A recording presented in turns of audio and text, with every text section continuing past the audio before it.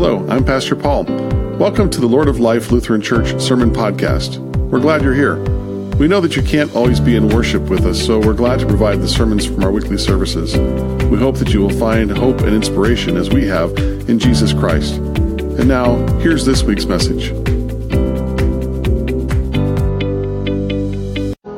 The Holy Gospel according to Luke, the 8th chapter. Glory to you, O Lord. Then they arrived at the country of the Gerasenes, which is opposite Galilee. As he stepped out on land, a man of the city who had demons met him.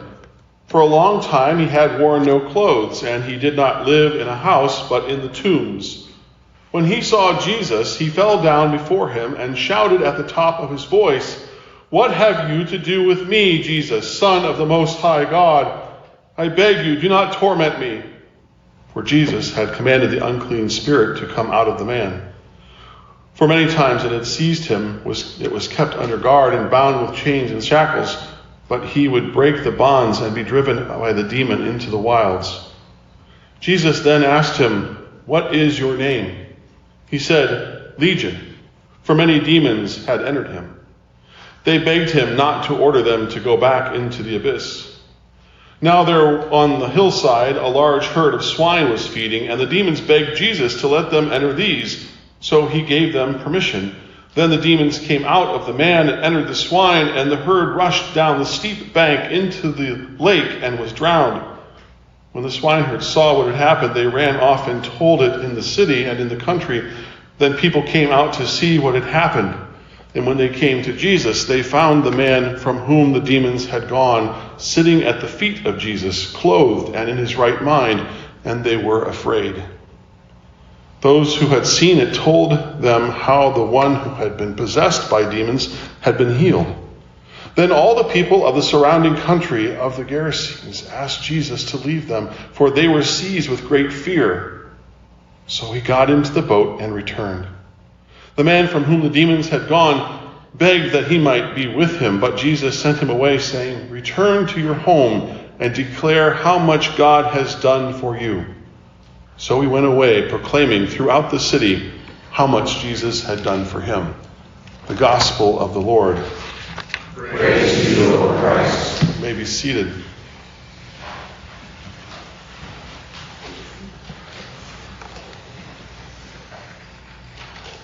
When the 1960s ended, San Francisco's Haight-Ashbury district reverted to a high-rent area, and many hippies moved down the coast to Santa Cruz. They had children and got married too, though not in any particular sequence. But they didn't name their children Melissa or Brett. People in the mountains around Santa Cruz grew accustomed to their children playing frisbee with Little Time Warp and Spring Fever. And eventually Moonbeam, Earth, Love, and Precious Promise all ended up in the public school. That's when the kindergarten teachers first met Fruit Stand. Every fall, according to tradition, parents bravely apply name tags to their children, kiss them goodbye, and send them off to school on the bus. So it was for little Fruit Stand. The teachers thought the boy's name was odd, but they tried to make the best of it. "Would you like to play with blocks now, Fruit Stand?" And later, "Fruit Stand, how about a snack?" He accepted hesitantly. By the end of the day, his name didn't seem much odder than Heather's or Sunrays. And at dismissal time, the teachers led the children out to the buses. "Fruit Stand, do you know which one of these is your bus?" He didn't answer, and that wasn't strange for the day. He hadn't answered them all day long. Lots of children are shy on the first day of school. It didn't matter. The teachers had asked the parents to write the name of their bus stop on the back of the name tag. And so the teacher went up and flipped the name tag over, and it said one word, Anthony. What's in a name? What is in a name? What are the names that we call ourselves? Can you think of any? What's a name that you call yourself? Any nicknames? Thinking of them? I see some smiles. Which names do you answer to?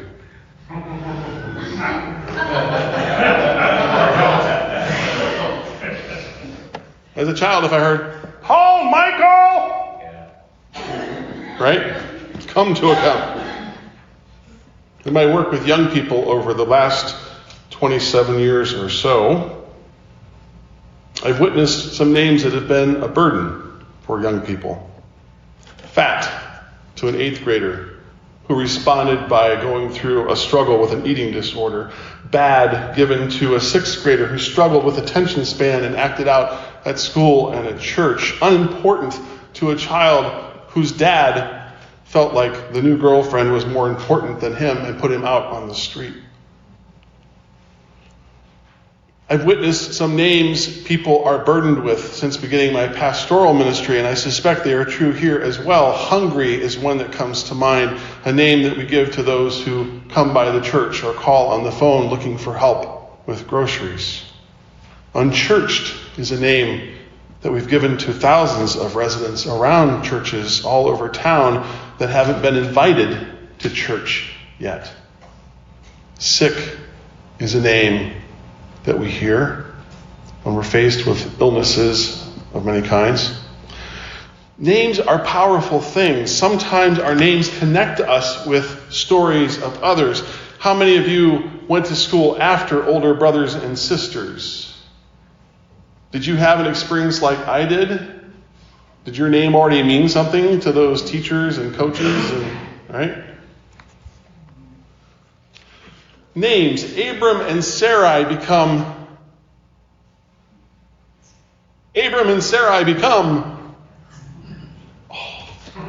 All right, so Monday night we have a Bible study. Abram and Sarai become Abraham and Sarah. Remember? Right? And it's in response to their faithfulness. Jacob becomes,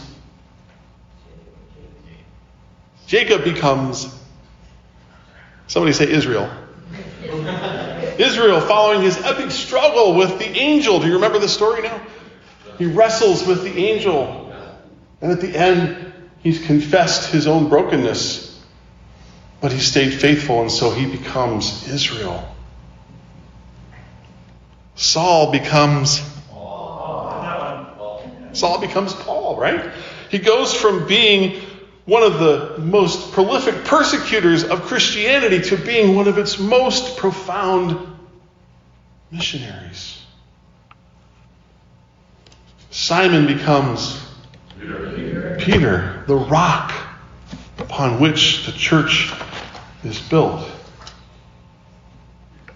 In today's gospel reading, a man has lost his identity and taken on the name that has been given to him, Legion.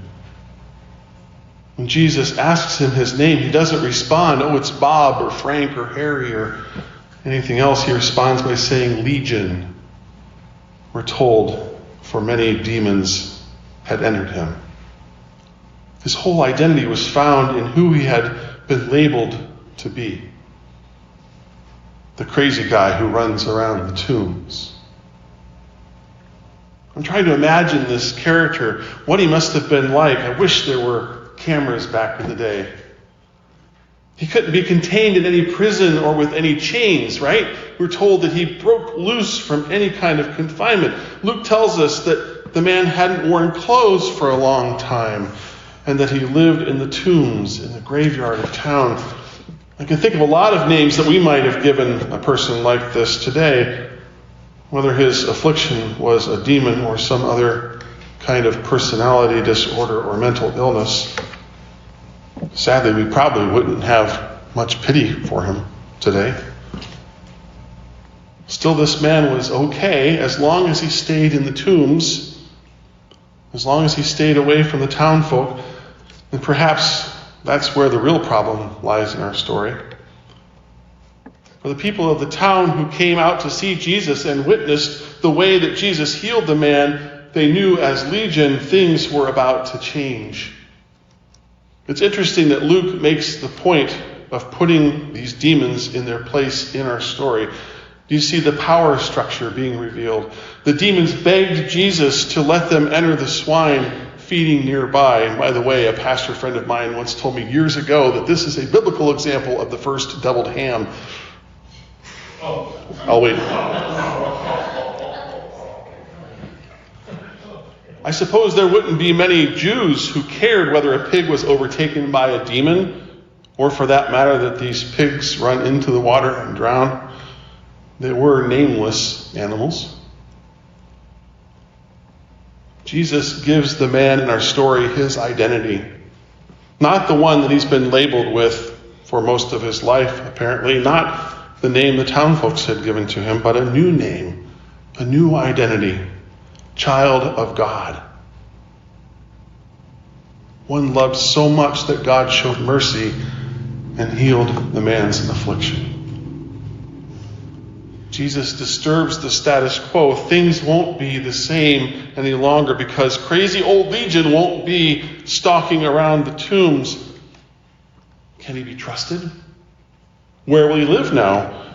Will he want to talk to the townspeople? Can you hear the inner dialogue of the people who heard the story? If Jesus can do this to one such as Legion, what can he do with us? Indeed, what can Jesus do with us? What can Jesus do with us? With the people gathered in this community right now, in this place, in Asbury, Iowa, and Dubuque, and all the surrounding communities. Just as the man in the story today who was filled with pain and suffering carried with him the names and labels society had placed on him, even friends and family had placed upon him, we bring our own labels and names. The things that have been placed upon us to this place for healing. Don't miss the fact that it was Jesus who came to Legion. And don't miss the fact that it's Jesus who comes to us today. We receive healing in Jesus' presence with us in word and sacrament. Jesus, the Word who was with God in the beginning, present with us as we remember our baptism and thank God for that powerful gift that causes us to die to sin and live anew in the name of Jesus through the Spirit of God the Father. In the waters of baptism, the hurtful, non-life-giving names and labels that we wear on our foreheads and in our hearts are washed away and disappear in the waters of the font. You can't find them in there if you look. Jesus tells the man in our story that rather than follow Jesus around, he needs to return to his home and declare how much God has done for him. That's the same calling that you and I have. We are called to take our life of faith out of the doors of this building and tell others what God has done for us. To tell the people that we meet when we walk out of the doors of this place about the way that Jesus transforms the hurt and suffering of this world through naming us and claiming us as a child of God. God gives and we respond. God loves and we share love. God names and claims us and we are transformed. Thanks be to God. Amen.